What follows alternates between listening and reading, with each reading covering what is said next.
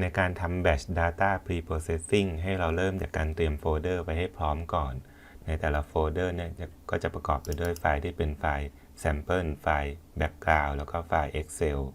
ซึ่งเราเตรียมข้อมูลในไฟล์ Excel เอาไว้พร้อมแล้วนะครับส่วนขั้นตอนในการทำเตรียมข้อมูลนี้ให้ดูคลิปที่ผ่านมานะครับ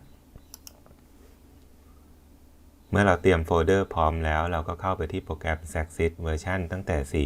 4.47 เป็นต้นไปเข้าไปที่โมดูล Batch Processing นะครับขั้นตอนแรกก็คือการเตรียม list file นะครับไปที่ parent folder นะครับ parent folder ก็คือโฟลเดอร์ก่อนหน้าโฟลเดอร์ย่อยๆพวกนี้นะครับในที่นี้ของผมก็คือ drive D แล้วก็ชื่อโฟลเดอร์ว่า batch processing นะครับ copy โฟลเดอร์นี้มาวางไว้ที่นี่แล้วก็กด run นะครับโปรแกรมจะสร้างไฟล์ที่ชื่อว่าไฟล์ listing.txt ขึ้นมานะครับอยู่ตรงนี้นะครับอยู่ที่ parent folder ถ้าเกิดเราเข้าไปดูในนี้ก็จะประกอบไปด้วยไฟล์ทั้งหมดข้อมูลทั้งหมด6บรรทัดนะครับแต่ละบรรทัดก็จะเป็นชื่อ path ของไฟล์ measurement parameter นะครับที่อยู่ในโฟลเดอร์ต่างๆ sub โฟลเดอร์ต่างๆในขั้นตอนนี้นะครับสมมุติว่าถ้าเกิดเราไม่ต้องการ process ไฟล์ไหนเราสามารถลบบางบรรทัดออกได้หรือว่าสามารถเพิ่มบรรทัดอื่นเข้ามาก็ได้นะครับในขั้นตอนที่2นะครับก็คือการ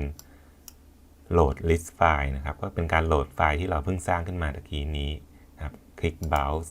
แล้วก็เลือกไฟล์ listing นะครับโปรแกรมจะอ่านค่ามาว่ามี sample ที่ต้องการจะ process ทั้งหมด6ไฟล์ขั้นตอนที่3คือการทำ batch processing นะครับ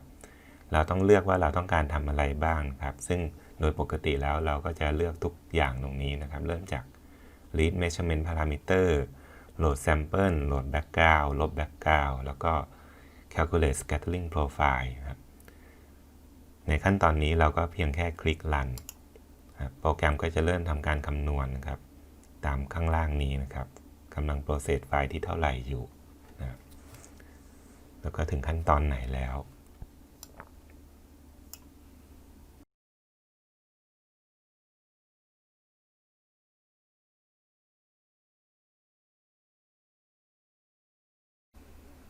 ครับเมื่อเสร็จแล้วโปรแกรมก็จะแจ้งว่า Profile Calculation Complete นะครับ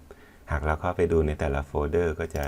มีไฟล์ Output ออกมาเรียบร้อยหมดแล้วนะครับตั้งแต่โฟลเดอร์แรกจนถึงโฟลเดอร์สุดท้ายก็เป็นอันจบนะครับในการทำ Batch Data Processing ครับ